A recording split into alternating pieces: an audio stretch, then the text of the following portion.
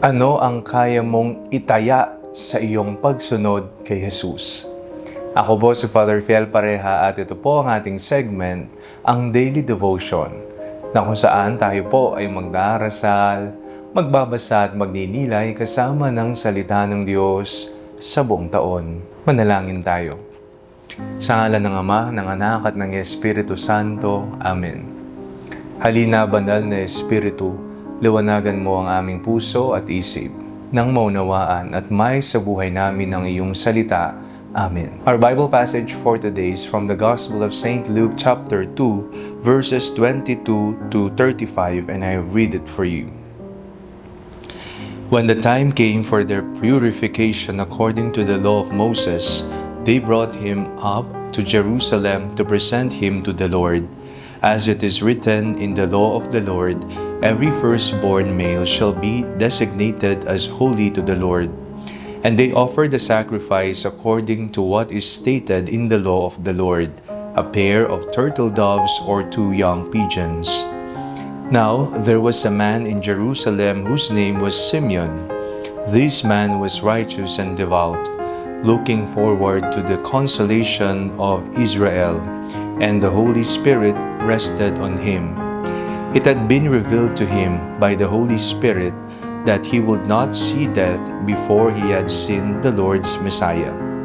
Guided by the Spirit, Simeon came into the temple, and when the parents brought in the child Jesus to do for him what was customary under the law, Simeon took him in his arms and praised God, saying, Master, now you are dismissing your servant in peace, according to your word.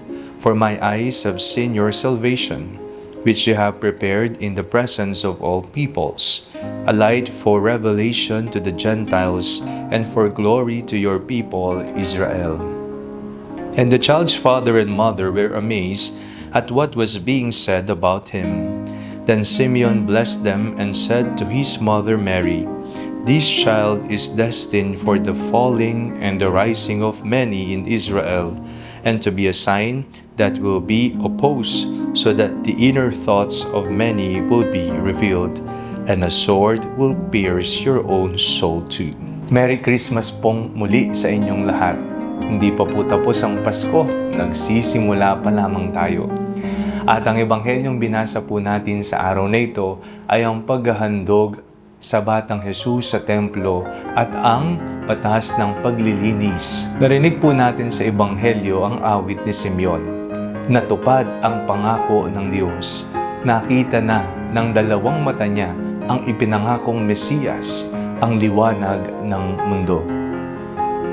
Narinig din po natin sa bandang huli kung papaanong nagpropesiya si Simeon na ang batang ito ang siyang ikaliligtas at ikawawasak ng mga tao. At narinig natin sa bandang huli ang hula ni Simeon na mangyayari sa mahal na Birheng Maria. Ang kaganapan ay maaari ding maging punyal na tatarak sa puso ng kanyang ina. Tinatanong po tayo ngayong araw na ito, ano ang kaya mong itaya para sa Panginoon? Si Simeon, itinaya niya ang kanyang buong buhay sa paghihintay sa pagsilang ng Mesiyas hanggang sa makita na ng dalawang mata niya ang ipinangakong sanggol. Naging tapat siya, naging masunurin sa batas hanggang nakita niya ang manunubos. Si Maria, naging tapat sa panawagang maging ina ng Diyos at niyakap maging ang mga dalamhati at punyal na tatarak sa kanyang puso. Isipin natin ang ating buhay pananampalataya. Naibibigay ko na ba ang 100% ko sa pagsunod kay Jesus? O sarili ko pa rin ang nasusunod? Ano-ano ang maaari kong itaya? Maaari ko bang itaya ang aking buong buhay para kay Jesus? Tanggap ko ba ang mga punyal na maaring tatarak sa aking mga puso? Ang mga pagsubok, ang mga hindi pagkakaunawaan dahil sa ngalan ni Jesus, ang mga pag-uusig na maaari kong danasan alang-alang sa Ebanghelyo, alang-alang sa pagsunod ko sa ating Panginoong Jesus. nakahanda ka ba? Tayo po ay inaanyayahan ngayon na buksan ang ating mga puso para kay Jesus upang kahit na ano ang ating maranasan, maghirap man tayo, usigin man tayo, mananatili tayong tapat kagaya ni Simeon. Darating ang panahon, makikita natin mata sa mata, mukha sa mukha ang ating Panginoong Jesus.